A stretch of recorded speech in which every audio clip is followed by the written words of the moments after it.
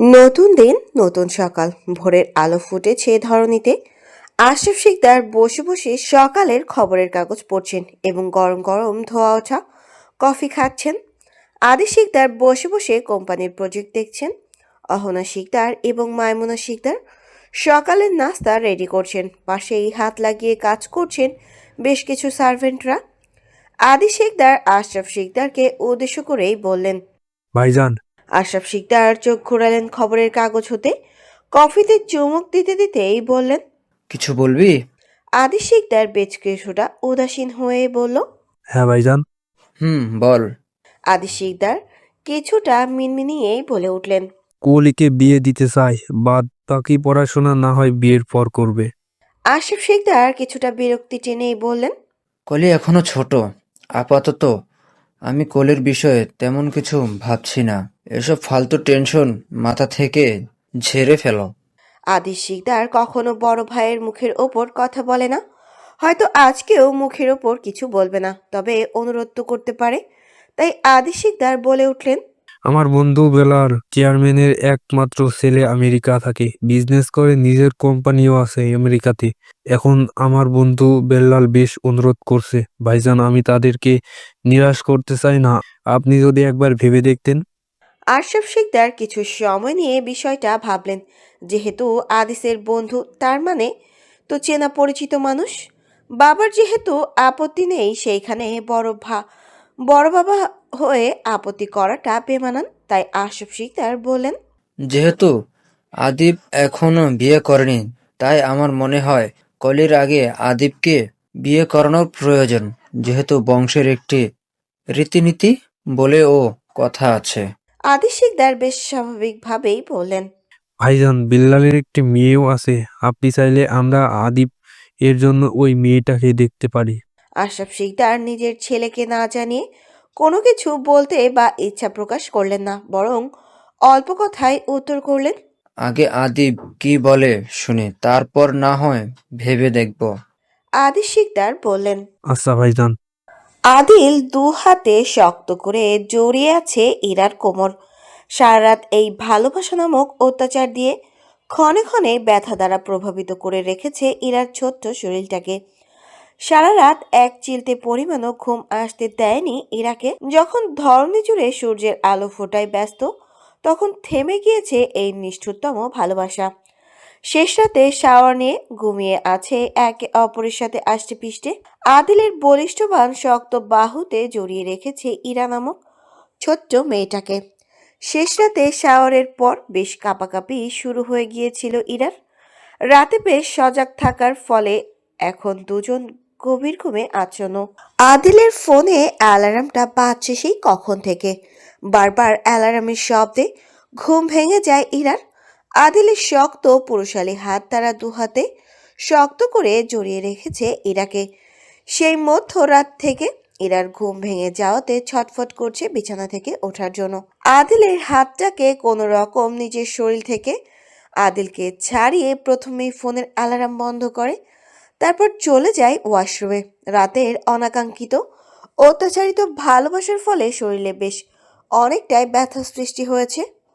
ইরা দ্রুত ফ্রেশ হয়ে রুমে চলে আসে। আদিলের লং টি শার্টটা চেঞ্জ করে নরম সুতির থ্রি পিস পরে নেয়। চুলগুলোকে হাত খোপা করে মাথায় বেশ লম্বা করে কাপড় টেনে আদিলকে ডেকে তুলতে তুলতে চেষ্টা করলো। শুনছেন? ইরা একবার ডাকে আদিলকে, তারপর বড় দেয়াল ঘড়িতে সময়টা একবার দেখে নিল। সকাল 8টা 21 মিনিট। মুহূর্তে এরার কপাল কুঁচকে ফেলে, এত সকাল হয়ে গেছে। তারপরও ঘুম থেকে উঠে নিচে যায়নি। এরা দ্রুত আদিলকে ডাকলো ঘুম থেকে তোলার জন্য। এর মাঝে ফের আবারও বেজে উঠল সেই বাজে অ্যালার্মটা। এরা এগিয়ে গেল ফোনের দিকে। এরপর আদিলের ফোনটাকে হাতে তুলে নিয়ে প্রথমে অ্যালার্মটা বন্ধ করে দিল। কি বাজে অ্যালার্ম! ঘুম থেকে উঠতে পারে না সময় মতন, তাহলে আবার অ্যালার্ম দিয়ে রাখতে হয় কেন? বলে তো হয় সময় মতন তুলে দিও, সেটাও বলতে পারে না, আবার অ্যালার্ম দিয়ে রাখে। ইরার হঠাৎ চোখ পড়ল ফোনের ওয়ালপেপারের দিকে, যা দেখে রীতিমতন অবাক হয়ে গেল ইরা। এরা লাল চুড়িদার পরা ছবিটা কেমন ঝকঝক করছে ফোনের ওয়ালপেপারে। এরা একরাশ ভালোবাসায় মিশিয়ে তাকালো আদিলের দিকে। এত ছবি থাকার পরও কেন তার ছবি দিতে হবে? আদিল শিকদার তো নিজেই একজন সুদর্শন পুরুষ, তাহলে নিজের ছবি কেন দেয়নি? কেন এই অগোছালো নারীর ছবি দিয়ে রাখতে হবে? এরা কিছুটা সময় নিয়ে ছবিটা দেখলো, তারপর নির্দিষ্ট জায়গায় ফোনটাকে রেখে দিয়ে আসলো। তারপর আবারও চলে গেল আদিলের কাছে, তাকে ঘুম থেকে ওঠানোর মতন বিশ্বযুদ্ধে। এর মাঝে বারবার কল আসছিল আদিলের ফোনে। ইরা বেশ বিরক্ত হয়। কে কল দিয়েছে কে জানে, ইরা তো জানে না। আদিল সে তো গভীর ঘুমেই আচ্ছন্ন। ইরা কখনো আদিলের ফোন রিসিভ করে না, হয়তো আজকেও করবে না, কিন্তু না, আজ এমনটা হলে না বারবার কল আসাই। ইরা কিছুটা বিরক্ত নিয়ে এগিয়ে গেল ফোনের দিকে। ফোনটা হাতে তুলে নিতেই চোখ পড়ল রিচলুমান নাম দিয়ে সেভ করা একটি নাম্বারে। ইরা বেশ কিছুটা সংকোচ নিয়ে ফোনটা রিসিভ করলো। ইরার হ্যালো বলার আগেই অপর প্রান্তের লোকটা রাগী গম্ভীর গলায় বলে উঠল, আজকের মধ্যে নারী সহ অস্ত্র পাঠাতে হবে, নয়তো তার পরিমাণ খুব খারাপ হতে চলছে। তুই আমার বন্ধু, এর জন্য সুযোগ দেওয়া হয়েছিল বারবার। এখন আর সময় নেই, তারা এখন আর টাকা ব্যাক নিবে না। বুঝতে পারছিস, 10 কোটি টাকা লেনদেন। এবারের মতো ডিলটা ওকে করি, পরের বার না হয় ভাবা যাবে। রিচলুমান এক মুহূর্তেই এত কথা বলে ফেলেন, কিন্তু অপর পাশ থেকে কোনো উত্তর না আসাতে তিনি রাগে রিরি করে উঠলেন। সময় বিকাল 5টায় শুনতে পাচ্ছি। অপর পাশ থেকে কথার শব্দ না আসতে রিচলুমান বেশ বিরক্ত হয়ে কয়েকটা গালি দিয়ে ফোনটা কেটে দিল। ইরার শরীর কাঁপছে। কাঁপা কাঁপা হাত নিয়ে ফোনটাকে কোনো রকম দূরে রাখলো। ইরার ভীষণ কষ্ট হচ্ছে, সে কি কখনো পারবে না তার স্বামীকে ভালো পথে আনতে? তাদের কি আর সুখের ছোট্ট সংসার আর হবে না? এত পাপ একজন মানুষ কিভাবে বয়ে বেড়ায়? একজন পাপের সাথে সংসার কিভাবে সম্ভব? ইরার এমন ভাবনার মাঝেই ডুকরে কেঁদে উঠল। ইরা হাতের বাহু দিয়ে চোখের পানি মুছতে মুছতে নিচে চলে গেল। এই মুহূর্তে তার একদম ইচ্ছে করছে না স্বামীরূপী অমানুষটার সাথে কথা বলতে। সকাল সকাল বাড়িতে কমিশনার আব্দুল মামুনের উপস্থিতি না চাইতেও অনেক কিছুই বলে দিচ্ছে। আব্দুল মামুন আজ প্রপার পুলিশ ড্রেসে নয়, বরং একজন নর্মাল মানুষের মতন শার্ট প্যান্ট পরেছেন। তার হঠাৎ এই বাড়িতে আসার কারণটা সম্পূর্ণভাবেই অজানা। আব্দুল মামুন আশরাফ শিকদারকে লম্বা সালাম দিয়ে সোফায় গিয়ে বসলেন। আশরাফ শিকদার যথেষ্ট সহমত প্রকাশ করলেন এবং বিনয়ের সাথে সালামের উত্তর নিলেন। আব্দুল মামুন আশরাফ শিকদারকে লম্বা সালাম দিয়ে সোফায় গিয়ে বসলেন। আশরাফ শিকদার যথেষ্ট সহমত প্রকাশ করলেন এবং বিনয়ের সাথে সালামের উত্তর নিলেন। আশরাফ শিকদারের এমন ভালো ব্যবহার দেখে আব্দুল মামুন কিছুটা অবাক হলেন। আশরাফ শিকদার তো এত ভালো মানুষ নয়, তাহলে হঠাৎ করে এত ভালো ব্যবহারের মানে কি? আশরাফ শিকদার বাড়ির সার্ভেন্ট ডেকে বললেন চা নাস্তা দিয়ে যেতে। মিনিট 5-এর মধ্যে ট্রে ভর্তি থালায় খাবার সাজিয়ে দিয়ে গেলেন বেশ কিছু সার্ভেন্টরা। আশরাফ শিকদার আব্দুল মামুনকে উদ্দেশ্য করেই জিজ্ঞাসা করলেন, এত সকাল সকাল কেন? কোনো সমস্যা হয়েছে কি? আব্দুল মামুন বেশ স্বাভাবিকভাবেই বলেন। জি স্যার, একটু তো সমস্যা হয়েছে। আশরাফ শিকদার বেশ মনোযোগ দিয়ে আব্দুল মামুনের কথাগুলোকে শুনতে লাগলেন। আব্দুল মামুন স্থির গলায় বললেন, কাল থেকে আজ সকাল 10টা পর্যন্ত 50টা মেয়ের উধাও। তাদের খোঁজ খবর কোনোভাবে পাওয়া যাচ্ছে না। তাদের পরিবারের সবাই পুলিশ কমপ্লেন করছেন। এছাড়া মিডিয়াতে এসব প্রচার করা হয়েছে। উপর মহল থেকে বলল আপনার সাথে এ বিষয় নিয়ে কথা বলতে। আমার সেজন্যই আপনার কাছে আসা। আশরাফ শিকদার মুহূর্তেই মুখটা কুঁচকে ফেলেন এবং গম্ভীর গলায় বলেন, বিষয়টা খুবই দুঃখজনক। তবে এই বিষয়ে আমি কি সাহায্য করতে পারি তোমাকে?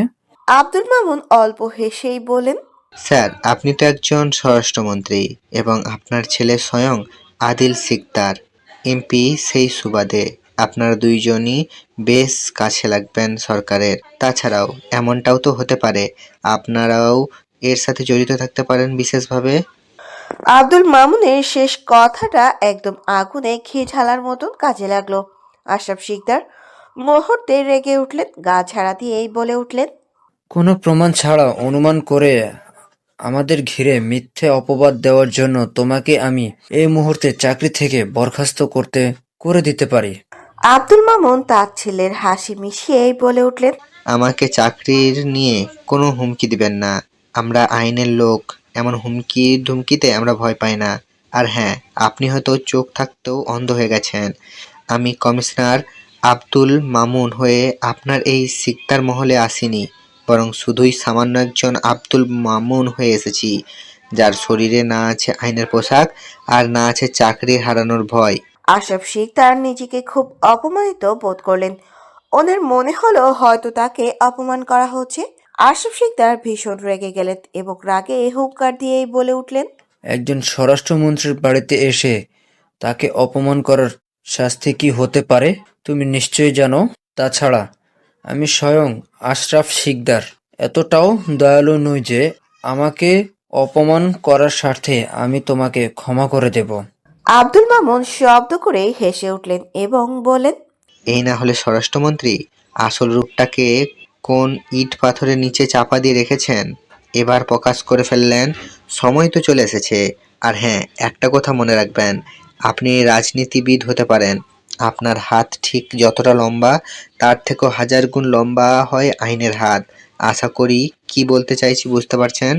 এরা সিঁড়িতে দাঁড়িয়ে এতক্ষণ সবগুলা কথাই মনোযোগ সহকারে শুনল। কিছুক্ষণ আগে আসা আদিলের ফোনের কল, এখন আবার কিছু নারী উধাও হয়ে যাচ্ছে। এরা একে একে দুই মিলিয়ে নিল। যদি আদিল সবকিছুর সাথে জড়িয়েও থাকে তবে এতগুলা মেয়েকে কোথায় রাখবে? বাড়িতে আনার মতন বোকামি তো সে মোটেও করবে না। তাহলে কোথায় রাখতে পারে? এরার ভাবনার মাঝে আয়রা বলে উঠল, কি হয়েছে তোমার? তুমি কাঁদতেছো কেন? হঠাৎ করে আয়রার ডাকে ইরার ভাবনায় ছেদ ঘটল। আয়রা হয়তো অফিসে যাওয়ার জন্য প্রপারভাবে রেডি হয়ে নিয়েছে। ইরা কিছুটা থতমত খেয়ে উঠল, তারপর কিছুটা আমতামতা করেই বলে উঠল। কিছুই তো হয়নি আপু। আয়রা খুব স্বাভাবিকভাবেই বলল, মিথ্যা বলছো কেন? তোমাকে দেখে স্পষ্ট বোঝা যাচ্ছে তুমি কিছু নিয়ে ভীষণ টেনশনে আছো। ইরার এক মুহূর্তের জন্য আয়রাকে বেশ আপন মনে হলো। ঠিক তার বড় বোন আদ্রিতার মতন হয়তো। সে বেঁচে থাকলেও এমনভাবে কেয়ার করত। ঠিক এই মুহূর্তে দাঁড়িয়ে ভীষণ মিস করলো আদ্রিতাকে। ইরাকে এত সময় নিয়ে চিন্তা করতে দেখে আয়রা বলে উঠল। ইরা, ঠিক আছো তুমি? ইরা এবার খুব স্বাভাবিকভাবেই বলল। আপু আমি ঠিক আছি, প্লিজ চিন্তা করবেন না আমায় নিয়ে। আয়রা এবার স্বস্তির নিঃশ্বাস ফেলল এবং হাত ঘড়িতে সময়টা একবার দেখে নিল। আর এক সেকেন্ডও দেরি করলো না, বরং ড্রয়িং রুমের সবাইকে উপেক্ষা করে বেরিয়ে গেল শিকদার মহল থেকে। এরা বেশ কিছু সময় নিয়ে আয়রার চলে যাওয়ার পানে তাকিয়ে রইল। আব্দুল মামুন একবার চোখ ঘুরিয়ে তাকালেন ড্রয়িং রুমের সবার দিকে, তারপর স্থির নয়নে তাকালেন ইরার দিকে। আব্দুল মামুন একবার তাকাতেই চোখ পড়ল ইরার চোখে। আব্দুল মামুনের অপলক দৃষ্টি বলে দিচ্ছে অনেক কিছু। হয়তো তা বোঝার ক্ষমতা হয়েছে ইরার যথেষ্ট। আব্দুল মামুন আর কিছু বলল না, শুধু ঠোঁটে একরাশ হাসি নিয়ে বেরিয়ে গেল শিকদার মহল থেকে। অহনা শিকদার এবং মাইমুনা শিকদার খাবার টেবিলে সবার জন্য নাস্তা রেডি করছেন, সাথে সাথে সার্ভেন্টরাও সাহায্য করছেন। এরা এবার সিঁড়ে ডেঙিয়ে ড্রয়িং রুমে আসলো। অহনা শিকদারের সাথে সাথে কাজে সাহায্য করতে চাইলে অহনা শিকদার গম্ভীর গলায় বলেন, তুমি বসো, আমি খাবার দিচ্ছি। আমাকে হেল্প করার জন্য বাসায় আরও অনেক লোক আছে। এরা যে আরেকবার বলবে আম্মু আমিও আপনাকে একটু সাহায্য করি। ততটা সাহস বোধহয় করলো না, তাই এরা বাধ্য মেয়ের মতন চুপটি করে বসলো চেয়ারে। এরার পাশে যে আদিল নেই সেটা কারোর চোখে না পড়লেও আশরাফ শিকদারের চোখে ঠিক পড়ে গেল। আশরাফ শিকদার যথেষ্ট বিনয়ের সাথে ইরাকে জিজ্ঞাসা করলেন, আদিল কি এখনো ঘুম থেকে ওঠেনি আম্মু? আশরাফ শিকদারের বলা শান্ত কথায় এরা চট করেই উত্তর করলো, না আব্বু, আমি যখন নিচে আসলাম তখনও তিনি ঘুমিয়েছিলেন। ও, অহনা শিকদার কলিকে উদ্দেশ্য করেই বললেন, তোমার ভাইয়াকে খাওয়ার টেবিলে আসতে বলো, আদিলের সাথে আমার ইম্পর্ট্যান্ট কথা আছে। কলির টেবিল ছাড়লো ওপরের রুমে যাবে বলে, তখনই দেখা গেল আদিল 2 কোয়ার্টার প্যান্টের সাথে শর্ট হাতার গেঞ্জি পরে ফোন দেখতে দেখতে নিচে আসছে। পুরো টেবিল ভর্তি মানুষ সবাই তাকিয়ে দেখছে আদিলকে, অথচ আদিলের ফোকাস প্রথম থেকেই ফোনের দিকে। ইরা একবার তাকিয়ে ফের চোখ ঘুরিয়ে নিল। আদিল সোজা এসে বসলো ইরার পাশের চেয়ারে। ইরা বিষয়টা দেখেও না দেখার নাটক করে নিজের খাবারে মন দিল। আদিব এই মুহূর্তে খাওয়ার সাথে সাথে ফোন দেখতেও বেশ বিজি। আদিবের পাশেই কলি বসে আছে। আশরাফ শিকদার সবাইকে উদ্দেশ্য করেই বলেন, আদিব, তোমার যথেষ্ট বিয়ের বয়স হয়েছে। তুমি এখন আর বেকার নও।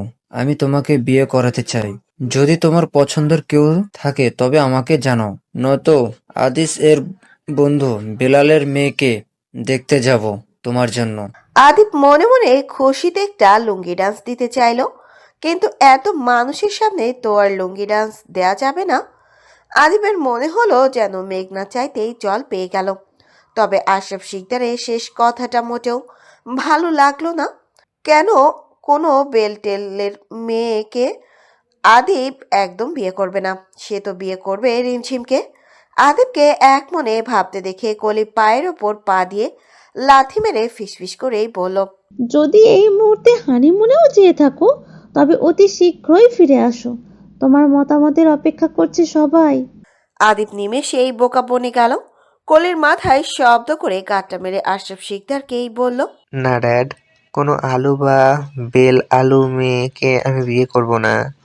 আদিবের এমন অদ্ভুত কথায় কলি ফিক করে হেসে ফেলল।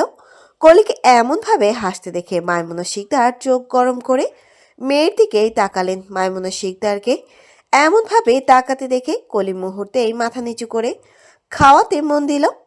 আদি শিকদার কিছুটা কপাল কুঁচকে তাকালেন আদিবের দিকে।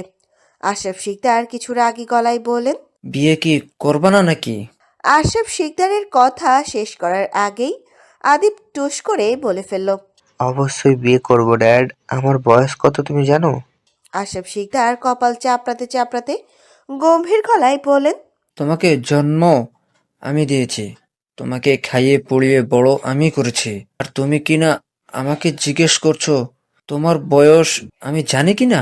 আক্কেল ছাড়া ব্যাক্কেল ছেলে জন্ম দিয়েছি আমি। আদিব রাগে ফুসফুস করতে লাগলো। অহনা শিকদারের গম্ভীর মুখে চেয়ে বলে উঠল, মম, আমি তো জানতাম আমাকে জন্ম তুমি দিয়েছো, কিন্তু ড্যাড যে বলছে ড্যাড আমাকে জন্ম দিয়েছে, তার মানে আমার কি তুমি মম নও, ড্যাড মম? How funny! আমার জন্ম কিনা আমার ড্যাড দিয়েছে, মানে একজন ছেলে। সরি ড্যাড, আমি তোমাকে মা হিসেবে চিনতে ভীষণ ভুল করে ফেলেছি। ড্যাড রূপী মম, সরি কিন্তু। আদিবের এমন ব্যাককল মার্কা কথা শুনে সবাই একসাথে শব্দ করে হেসে উঠল, শুধুমাত্র আশরাফ শিকদার বাদে। তিনি গম্ভীর মুখে চেয়ে রইলেন আদিবের দিকে। আদিব ছোট্ট মানুষ, সেটা নয় ঠিক আছে, তাই বলে ড্রয়িং রুম ভর্তি মানুষের সামনে বাবাকে বাবা থেকে মা বানানোটা কি খুব জরুরি ছিল? অহনা শিকদার আশরাফ শিকদারের রাগের কারণটা বুঝতে পেরে অহনা শিকদার বেশ শব্দ করে রেগেই বলে উঠল, আদিব, কি হচ্ছে এসব? বাবা হয় তোমার? আদিব ঘাড় ঘুরিয়ে মায়ের দিকে তাকালো। এবার মাকে উদ্দেশ্য করেই বলল, এসব বলতে হয় না ড্যাড, তুমি তো আমার ড্যাড, উনি তো আমার মম। অহনা শিকদার চোয়াল শক্ত করেই বলেন, আদিব, তুমি এখনো বাচ্চা নও, তাই উল্টাপাল্টা কথা বলা বন্ধ করো। আদিব এবার শান্ত হয়ে বলল, ওকে। এখন খান আদিল শুধু মাত্র নীরব দর্শক হয়ে সবটাই দেখলো। এবার কিছুটা গলা উঁচিয়েই বলল, কামাল স্যারের মেয়েটা দেখতে ভালোই। আমার মনে হয় আদিবেরও পছন্দ হবে, আর তোমাদেরও। তাই আমি চাই কালকে ওনাদের বাড়িতে তোমরা সবাই যাও, মেয়েটাকে দেখে আসো এবং বিয়ের পাকা কথাটা সেরে আসো। কামাল স্যারটাকে কেউ জানে না, শুধু আদিব আর কলি জানে। তবে আদিল কিভাবে জানলো? তাহলে কি ভাইকে কলি সব কিছু বলে দিল? আদিব চোখ গরম করে কলির দিকেই তাকালো। এর মাঝে আদিবের চোখ গরম করার ব্যাপারটা কলি বুঝতে পেরে কলি ইশারায় বুঝিয়ে বলল সে কিছুই জানে না এবং আদিলকে কিছু বলেওনি। তবে আদিল কিভাবে জানলো? আদিব আমতা আমতা করেই বলল, ভাই, তুমি কিভাবে? আদিবের কথা চলেই যাক। আশরাফ শিকদার গম্ভীর মুখেই বলে উঠল। কামাল স্যারকে? আদিবকে পাত্তা না দিয়ে কলি টুস করেই বলে উঠল, কামাল স্যার? কামাল স্যার তো আমাদের শিক্ষক, রিমঝিমের বাবা।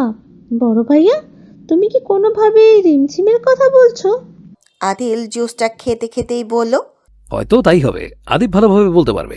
আদিল হাতের গ্লাসটা টেবিলে রেখে চলে গেল নিজের রুমে। সবাই বড় বড় চোখ নিয়ে তাকিয়ে আছে আদিবের দিকে। আদিব নিষ্পাপ মুখে কিছুক্ষণ চেয়ে রইল আদিলের দিকে। এরপর এক এক করে বাড়ির সবার দিকে। আদিব মনে মনেই ভাবল, আদিলকে তাকে সাহায্য করলো নাকি আরামসে নর্মাল বাস দিল। আদিব থতমত খেয়ে যাচ্ছে, বারবার কি বলবে বুঝতে পারছে না। আদিবকে এমন নাজেহাল দেখে আশরাফ শিকদার বলে উঠলেন, কামাল স্যারের নাম্বারটা মনে করে আমাকে দিও। আদিব খুশিতে গদগদ হয়ে বলল, ওকে। আশরাফ শিকদার মুহূর্তেই আদিবকে জব্দ করে ফেলেন এবং গা ছেড়ে বলে উঠলেন, তুমি কোথায় পাবে কামাল স্যারের নাম্বার? তার মানে কি আগে থেকেই তুমি ওনাদেরকে চেনো? আদিবের খুশিটা মুহূর্তেই ভ্যানিশ হয়ে গেল। আমতা করেই বলে উঠল। আসলে ড্যাড, মানে আশরাফ শিকদার ছেলের মনটা নিমেষেই বুঝতে পেরেই বলে উঠলেন, হয়েছে, যাও, আর নাটক করতে হবে না। আমি একজন স্বরাষ্ট্রমন্ত্রী, সবকিছুই বোঝার ক্ষমতা রাখে, আর তোমাকেও। আদিব একরাশ হাসি মেখেই বলল, ধন্যবাদ ড্যাড। দুপুর ছাড়িয়ে বিকেল, বাইরের তাপমাত্রা বেশ অনেকটাই কমে গিয়েছে। অল্প অল্প ঠান্ডা শীতল মুগ্ধ আবহাওয়া বয়ে চলেছে ধরণী জুড়ে। আদিল দুপুর গড়াতেই বাসা থেকে বেরিয়ে গিয়েছে। কোথায় গিয়েছে সেটা হয়তো বাড়ির কেউ জানে না, জানার কথাও না। আদিল কাউকে বলে যায় সে কোথায় যাচ্ছে বা কেন যাচ্ছে, এমনকি ইরাকেও না। ইরা ব্যালকনিতে দাঁড়িয়ে এক মনে কিছু একটা ভেবেই চলেছে। ইরার ভাবনার ছেদ ঘটে দুইটি ছোট্ট ছোট্ট হাতের স্পর্শে। ইরা কারো স্পর্শ আজ করতে পেরে পেছন ফিরে তাকাতেই দেখে জুথি আলতো করে জড়িয়ে ধরে রেখেছে ইরাকে। ইরা কিছুটা অবাক হয়ে এই অসময়ে জুথিকে এই বাড়িতে আসতে দেখে। জুথি আদুরে গলায় বলে উঠল, অনেক মিস করেছিলাম তোকে। বিয়ের পর থেকে তো আমাকে একদমই ভুলেই গিয়েছিস। ইরা ঠোঁটের কোণে এক চিলতে হাসি দিয়েই বলল, তুই আমার বেস্ট ফ্রেন্ড, তোকে আমি কখনোই ভুলতে পারবো না। আর হ্যাঁ, কখনো ভুলতে চাইও না আমি। ইরার কথা শুনে জুথি ফিক করে হেসে ফেলল এবং বলে উঠল, এক্সাম তো কাছাকাছি চলে এসেছে, প্রিপারেশন কেমন তোর? হুম। ইরা মাথা চুলকাতে শুরু করলো। সে তো এক্সামের কথাটা ভুলে গিয়েছিল। প্রিপারেশন একদম জিরো। কিভাবে এই প্রিপারেশন নিয়ে এক্সাম দিবে? ইরা আনমনে ভাবতে লাগলো। ইরাকে এমন ভাবনার মাঝে ডুবে যেতে দেখে জ্যোতি শক্ত করে ধাক্কা দিয়েই বলে উঠল, এক্সাম হলে চলে গেলি নাকি? ইরার এবার যেন কিছুটা ঘোর কাটলো। সে গলার স্বর খাদে নামিয়ে মিনমিন করেই বলল, আমি তো ভুলেই গিয়েছিলাম এক্সামের কথা। আমার প্রিপারেশন একদম জিরো। জ্যোতি এবার বেশ স্বাভাবিকভাবেই বলল, ভালোই তো, দুইজনের একদম সেম অবস্থা। এবার না হয় দুজন একসাথে মিলেমিশে ফেল করার মুহূর্তটাকে উপভোগ করব। জীবনে একবার হলেও ফেল করে হলেও এমন স্বভাবের কাজ করতে হবে। ইরা কপাল কুঁচকে ফেলল। বড় বড় চোখে তাকিয়ে একটু অবাক হয়ে বলল, ফেল করা বুঝি সওয়াবের কাজ? জ্যোতির সাথে সাথে সম্মতি প্রকাশ করেই বলল, 100%। ইরা বাঁকা হেসেই বলল, তাহলে তুই বছর বছর ফেল করে সওয়াবের কাজ কর। আশরাফ শিকদার এবং ওনার পরিবারের সবাই বসে আছেন ড্রয়িং রুমে। আজকে নতুন করে ঈশান ও যুক্ত হয়েছে তাদের সাথে। নির্বাচনের আদিল জয়ী হবার পর থেকে ঈশান আর শিকদার মহলে আসতে পারেনি নিজের ব্যস্ততার জন্য। হয়তো যুথি আসার কথা না বলে ঈশান আজকেও আসতো না। সোফায় আশরাফ শিকদারের পাশেই বসে আছে ঈশান। আশরাফ শিকদারের সাথে ঈশানের সম্পর্কটা বেশ ভালো বরাবরই। আমি তোকে বারবার নিষেধ করার পর আমার নাম্বার কেন কল করলি? আদিল ক্ষিপ্র মেজাজে কথাটি বলল রিজলোমানকে। রিজলোমান বিরক্তি টেনেই বলল, তাহলে কি করতাম আমি? প্রয়োজন ছিল তোকে? আদিল দাঁতে দাঁত পিষে রাগে রিরি করতে করতে বলল, ফাকিং এর প্রয়োজন? কলটা আমার বউ ধরেছিল। সে নিশ্চয় কখনো চাইবে না তার স্বামী নারীসহ বিভিন্ন অস্ত্র পাচার করুক। রিজলোমানের একরাশ বিরক্তি নিয়েই বলল, সোহাট, সে জানুক, আজ নয়তো কাল সে তো জানবেই। আর যদি এত বেশি সমস্যা হয়ে যায় তাকে নিয়ে, তাহলে ছেড়ে দিয়ে আরেকটা বিয়ে করে কর। পৃথিবীতে কি মেয়ের অভাব পড়েছে না? আদিল এবার শক্ত গলায় বলল, চুপ কর ইডিয়েট, ফাজলামো করিস না। বউ আমার ইরায় যথেষ্ট। আমি দ্বিতীয় বিয়ের জন্য কোনো রকম ইচ্ছে পোষণ করছি না। রেজলুমান কিছুটা হাসি হাসি মুখ করেই বলল। শালা তুই বউয়ের গোলাম। আদিল শক্ত গলায় বলল। আমিও দেখব বিয়ের পর তুই বউয়ের কি হস। চল, আজকেই তোকে বিয়ে করাবো। রেজলুমান শব্দ করে হেসে উঠল। সে করবে বিয়ে? ইম্পসিবল। মেয়েরা বিশ্বাসের অযোগ্য। তাদেরকে বিয়ে করা মানে নিজের হাতে নিজের জীবনটাকে শেষ করা। কোনো রকম এই প্যারা সে জীবিত হতে নিতে চায় না, আর কোনো রকম ভুলে বেঁচে আছে সেই ছলনাময়ী নারীকে। আবার কোনো ছলনাময়ী তার জীবনে আসুক সে মোটেও চায় না। লুমান গা ঝেড়ে বলে উঠল। বন্ধু, আমি বিয়ে ছাড়াই ভালো আছি, এত দ্রুত বউয়ের গোলাম হতে চাই না। আদিল প্রসঙ্গ পাল্টালো। এবার সিরিয়াস গলায় বলল। আমি তোকে বললাম না কেবল আমি এমপি হয়েছি, এখনই এত রিস্ক নেওয়া যাবে না। তারপরও কেন আমার অবাধ্য হলি? একদিনে এতগুলো মেয়েকে কিভাবে কিডন্যাপ করলি? সাহায্য করেছে কে তোকে? আদিল বেশ কিছুটা রাগী গলায় কথাগুলো বলল। রেজলুমান আদিলের রাগের কারণটা আন্দাজ করতে পেরে বলে উঠল। টাকা থাকলে বাঘের চোখও মেলো, আর সেখানে কিনা সামান্য কয়েকটা মেয়ে। এ তো মেরা বা হাতের ক্যারাম হে। আদিল রাগের রিরি করে দাঁতে দাঁত পিষে বলল। বোকার মতন কথা বলছিস কেন? তুই এদেশে প্রথম এসেছিস, তাছাড়া তুই কার সাথে হাত মিলেছিস? তোকে এগুলো নিয়ে টেনশন করতে হবে না, আমি এই দিকটা ঠিক সামলে নেব। যদি তোর উল্টাপাল্টা কাজের জন্য আমার কোনো সমস্যা হয় তাহলে আমি তোকে দেখে নেব, আন্ডারস্ট্যান্ড? আদিল রাগে রাগান্বিত হয়ে দ্রুত জায়গা পরিবর্তন করলো। এইখানে আর কিছু মিনিট থাকলে হয়তো খুনাখুনির পর্যায়ে চলে যেতে হতো। আপনি সারাদিন কোথায় ছিলেন? আমাকে একবারও কল করেননি। এখন আমি পুরনো হয়ে গেছি, তাই না? একদম কথা বলবেন না আমার সাথে। রিমঝিম বেশ রাগ নিয়ে এক নিঃশ্বাস গড়গড় করেই বলে উঠল। সারাদিন আজকে আদিব একবারও কল করেনি, তাই কেন করেনি পরে শুনবে। আগে নিজের রাগগুলোকে ভালোভাবে ঝেড়ে নিক। রিমঝিম একাধারে কথাগুলো শেষ করলো। এদিকে আদিব বেচারা কোনো টু শব্দ পর্যন্ত করছে না।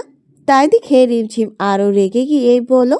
এই যে ডাক্তার সাহেব, অজ্ঞান হয়ে তাল হারিয়ে বেসামাল হয়ে পড়ে আছেন নাকি? রিমঝিম এইটা কি বলল? আগাগোড়া সবটাই কেমন অদ্ভুত।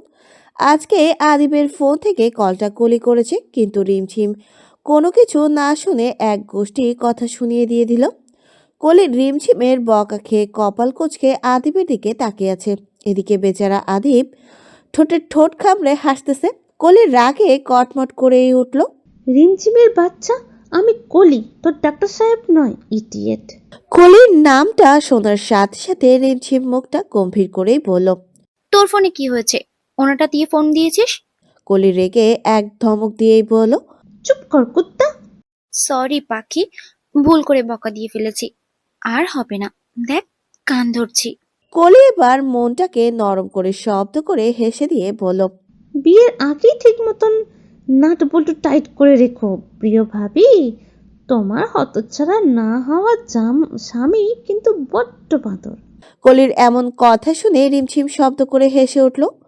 এদিকে বেচারা আদিব মহাশয় বড্ড গাল ফুলালো। তাকে বারবার ইনসাল্ট করা হচ্ছে। একজন বোন তো আরেকজন হবু বউ, কাকে কি বলবে সে একদম জানে না। আদিব ফোনটা কলির থেকে টেনে নিয়ে হিসিয়ে বলল। এই যে ম্যাডাম, আপনি কেমন বউ? হ্যাঁ, আপনার সামনে আপনার স্বামীকে ইনসাল্ট করা হচ্ছে আর আপনি কিনা দাঁত চেপে হাসছেন। ছি, আজ সমাজ কোথায় আর আমি কোথায়? সত্যি আজ আমি লজ্জিত, এবং আমরা পুরুষ জাতি বড্ড অবহেলিত। আদিব তো কথা শেষ করতেই পারল না। তার আগেই এই পাশ থেকে কলি হি হি করে হাসতে শুরু করলো। আরেকদিকে রিমঝিম। আদিব কাকে কি বলবে, কি বোঝাবে এদেরকে? সব বাদ। এবার আদিব কপালে হাত দিয়ে বসে পড়ল। এই বউ আর বোন এক বাড়িতে এসে থাকলে তাকে যে কতবার নাজেহাল হতে হবে স্বয়ং আল্লাহ মালুম। কলির দাঁত চেপে হাসছে তো হাসছেই। কলির আদিব বালিশ ছুঁড়ে মারল কলির মুখে। রাগে রিরি করেই বলে উঠল। কুত্তা, বের হ আমার রুম থেকে। দরকার নাই তোর মতন বোন নামক ঘটকদের। কলি বালিশটা ক্যাচ ধরলো, আবারও শব্দ করে হাসতে শুরু করলো।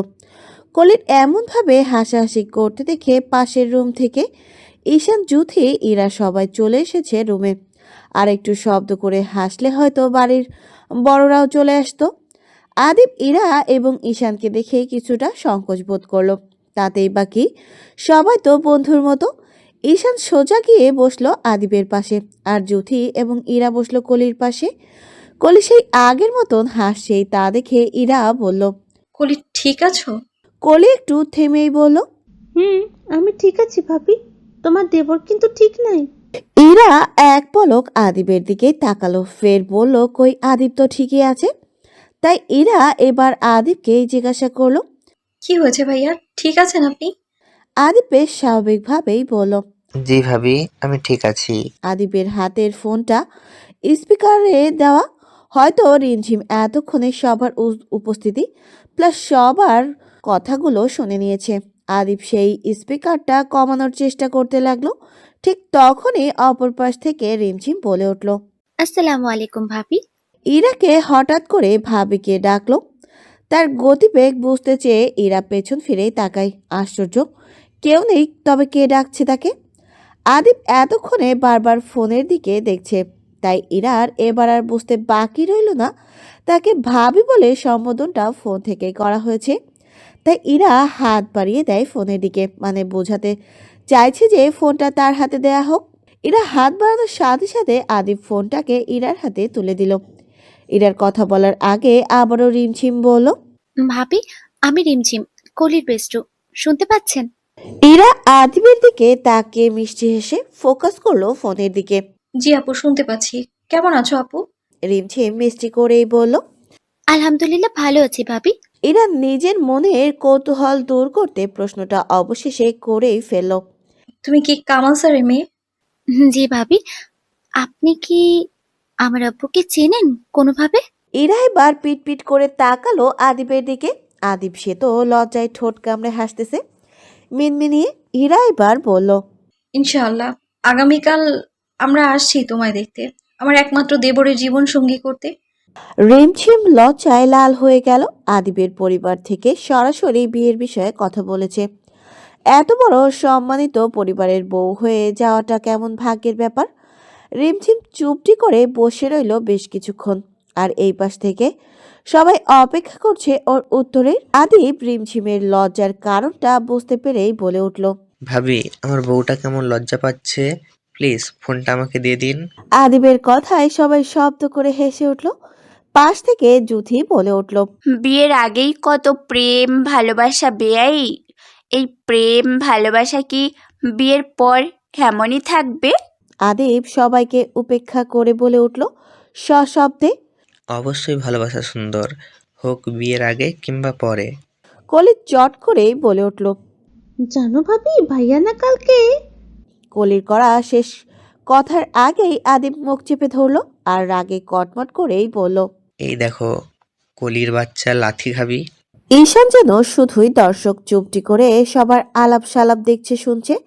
তার চোখ তো খুঁজছে আদিলকে। আজকে রাতে একটা পার্টি হলে মন্দ হতো না, কিন্তু আদিল কোথায়? আদিবের হাতটাকে কামড়ে ছাড়িয়ে দিল কলি আর বলে উঠল। যদি আবার কিছু বলো না, তাইলে দেখো আমি সব বইলা দিমু সবাইরে। আদিব কটমট করেই বলল। হালকার উপর ঝাপসা থ্রেড দেয় আমাকে, কত বড় সাহস। পাশ থেকে ইরা বলল। তোমাদের বোন বলে কথা, সাহস তো তোমাদের মতনই থাকবে, এটাই তো স্বাভাবিক। ভাবি, তুমি প্লিজ কলির দলে অন্তত নিজের নামটা লিখাও না। চিন্তা করবেন না ভাইয়া, আমি আপনার দলেই আছি। আশরাফ শিকদার, আদিশ শিকদার এবং ওনাদের ওয়াইফ সোনালী তালুকদার সবাই বসে বসে কফি খাচ্ছেন এবং পারিবারিক বিষয় নিয়ে আলাপ আলোচনা করছেন। আশেপাশের সার্ভেন্টরা সব খাবার দাবার সামনে এগিয়ে দিচ্ছেন। এর মাঝে আশরাফ শিকদারের নম্বরে একটা কল আসে। নম্বরটা অপরিচিত। আশরাফ শিকদার হয়তো নম্বরটা চেনেন না, তবুও কল রিসিভ করলেন। অপর পাশ থেকে লম্বা সালাম দিয়েই বলল। স্যার, মিডিয়াতে আপনাদেরকে নিয়ে বেশ কিছুটা জটিলতা সৃষ্টি হয়েছে। আশরাফ শিকদার মুহূর্তেই সোফা থেকে উঠে গিয়ে টিভি অন করলেন। বিশেষ করে সবাই টিভিতে ঢুকেই দেখতে পান বেশ কয়েকটা মেয়ের সাথে পুলিশ সহ আরো অপর মহলের বড় বড় জায়গার লোক গ্রেপ্তার। ধারণা করা হয়েছে এই মেয়েগুলোকে পাচার করার জন্য চেষ্টা করা হয়েছিল। তার সাথে জড়িত আছে বেশ আরো অনেকেই। খোঁজ নেওয়া হয়েছে, এতে বড় বড় রাজনীতিবিদরাও জড়িত থাকতে পারে। এমনটাও হতে পারে এই কাজের সাথে আশরাফ শিকদার এবং ওনার ছেলে আদিল শিকদার ও জড়িত থাকতে পারে, যেহেতু তারাই এখন সর্বোচ্চ উপরে আছে রাজনীতির দিক থেকে। সেই হিসেবে ধারণা করা হচ্ছে এখন সঠিক প্রমাণ পাওয়া যায়নি, তবে দ্রুত প্রমাণ সহকারে সব এভিডেন্স তুলে ধরা হবে সবার সামনে। বিশেষ করে সবার টার্গেট আদিল শিকদারের দিকে। এর আগে কখনো নারী পাচার নিয়ে তেমন কোনো জটিলতা ছিল না, নতুন এমপি আসার পরই এমন হলো। আশরাফ শিকদার সহ বাড়ির প্রতিটি মানুষ কপাল কুঁচকে তাকালেন আশরাফ শিকদারের দিকে। এদের এমন তাকাতাকি দেখে আশরাফ শিকদার লজ্জায় লাল হয়ে গেলেন। তার এক মুহূর্তের জন্য মনে হচ্ছে হয়তো তাকে নতুন করে আরেকটা বিয়ে করানো হবে, তাই সবাই মিলে তাকে দেখতে এসেছে। আহা, যদি এমনটা হতো মন্দ হতো না। আশরাফ শিকদার মুচকি মুচকি হাসেন। এবার তার ভাবনায় এসে কড়া নাড়ছে বারবার। অহনা শিকদার ভয়ঙ্কর দৃষ্টি মেলে তার দিকে নজর বোলাচ্ছেন। এদিকে বেচারা আশরাফ শিকদারের হুঁশ নেই। অহনা শিকদার রাগে কটমটিয়ে উঠলেন, কিছু বলতে যাবে, ঠিক তখনই আশরাফ শিকদারের চোখ পড়ে অহনা শিকদারের দিকে। আশরাফ শিকদার খ্যাক করে গলা পরিষ্কার করেই বললেন, তুমি এমন করে তাকিয়ে আছো কেন? খেয়ে ফেলবে নাকি? অহনা শিকদার নিজের মাঝে রাগকে এবার আর নিয়ন্ত্রণ করতে পারলেন না, বরং বলেই ফেললেন, এই বয়সে নারী পাচার, ছি! আশরাফ শিকদার রাগে কটমটিয়ে উঠলেন। তাকে কিনা নারীর দালাল মনে হয়? আশরাফ শিকদার রাগে রিরি করে বলে উঠলেন, ছি, আজ সমাজ কোথায়, আমার সম্মান কোথায়? আমি একজন স্বরাষ্ট্রমন্ত্রী হওয়ার পরও কিনা এইসব দালালি করবো, ছি! অহনা শিকদার কপাল কুঁচকেই বলেন, স্বরাষ্ট্রমন্ত্রী হবার পরও কিনা দালালি করো? আশরাফ শিকদার রেগে গেলেন, বড্ড রেগে গেলেন। তাকে কোনোভাবে বিশ্বাস করা যাচ্ছে না কেন। আশরাফ শিকদার রাগে রিরি করে নিজের রুমে চলে গেলেন। তার কোথাও শান্তি নেই, সম্মান নেই। তার জীবনে ভালোবাসা এবং সম্মানের বড্ড অভাব। সে অতি দ্রুত আবার আরেকটি বিয়ে করবে। একজন রাজনীতি স্বরাষ্ট্রমন্ত্রীর একটা বউ মানায় না, কমপক্ষে ডজন খানেক প্রয়োজন ছিল। তবে এবার বাংলাদেশের কাউকে না, বরং বিদেশিদের বিয়ে করবে। বাংলাদেশের মেয়েরা লোকেরা বোঝে কম, চিল্লায় বেশি। ইতোমধ্যে নিউজটা আদিলের কানেও পৌঁছে গেছে। যে ভয়টা পেয়েছিল ঠিক সেইটাই হলো। এতগুলো লোককে আদিল সেভ করবে কিভাবে? রিচ কিনা, পুলিশকেও সাথে জড়িয়েছে। নর্মাল মানুষ, তাদেরকে তো যেভাবে হোক ছাড়ানো হবে। তবে যারা পুলিশ, তাদের কি চাকরি প্লাস সম্মানটা থাকবে? এর মাঝে রিফাত সব ধরনের খোঁজ খবর নিয়ে ফেলেছে সবাইকে নাকি আব্দুল মামুন প্ল্যানিং মাফিক খুব বুদ্ধিমত্তার সাথে ধরছে। আশা করা যায় এর সাথে যারা আছে তাদেরকেও অতি দ্রুত ধরে ফেলবে। আদিল চেয়ারে শক্ত হয়ে বসে আছে। মনে হচ্ছে এই মুহূর্তে এক কোপ দিয়ে মাথা থেকে মুন্ডুটা আলাদা করে দিতে। নিষেধ করার পরও কিনা উল্টোপাল্টা করলো। আদিল রিফাতকে বলল, তুমি যাও, প্রয়োজন হলে তোমাকে আবারও ডাকবো। অনেকদিন পর কোম্পানির কিছু ইম্পর্টেন্ট কাজের জন্য অফিসে এসেছিল। এর মাঝে রিফাত মিডিয়াতে এসে দেখে এসব। আদিলকে বলল। আদিল ফোন বের করে কল করলো সেভ করা নাম্বারে। একবার, দুইবার, তিনবার, তারপরও রিজলুমান কলটা ধরলো না। কেন ধরছে না কলটা? আদিলের রাগে মাথা টনটন করছে, মেজাজ হারিয়ে যাচ্ছে বারবার। রিজলুমান কেন ধরছে না কল? তাহলে কি ওকেও পুলিশ? আদিল পরের কথাটা শেষ করতে পারলো না, তার আগেই ফোনটা কাঁপতে শুরু করলো। হয়তো ফোনটা সাইলেন্ট ছিল। কলটা আসার সাথে সাথে আদিল কল রিসিভ করলো। রিজলুমানের কিছু বলার আগেই আদিল শব্দ করে রাগে রিরি করে বলে উঠল, সুরের বাচ্চা, কুত্তার বাচ্চা, আমার থেকে বেশি বুঝলি কেন? বলেছিলাম না বারবার, বেশি বালপাকনামি করিস না। কুত্তার বাচ্চা, যদি ভুল করে আমার সামনে পড়িস, তোর মন্টু কেটে আমি ফুটবল খেলবো, ইডিয়েট। রিজলুমান বারবার বলছে, আগে শুনবি তো। না, কোনো কিছুই শোনা নেই আমার। ইমিডিয়েটলি দেশ ছাড়। এই মুহূর্তে আমাকে বাধ্য করিস না তোর রুমে আসতে।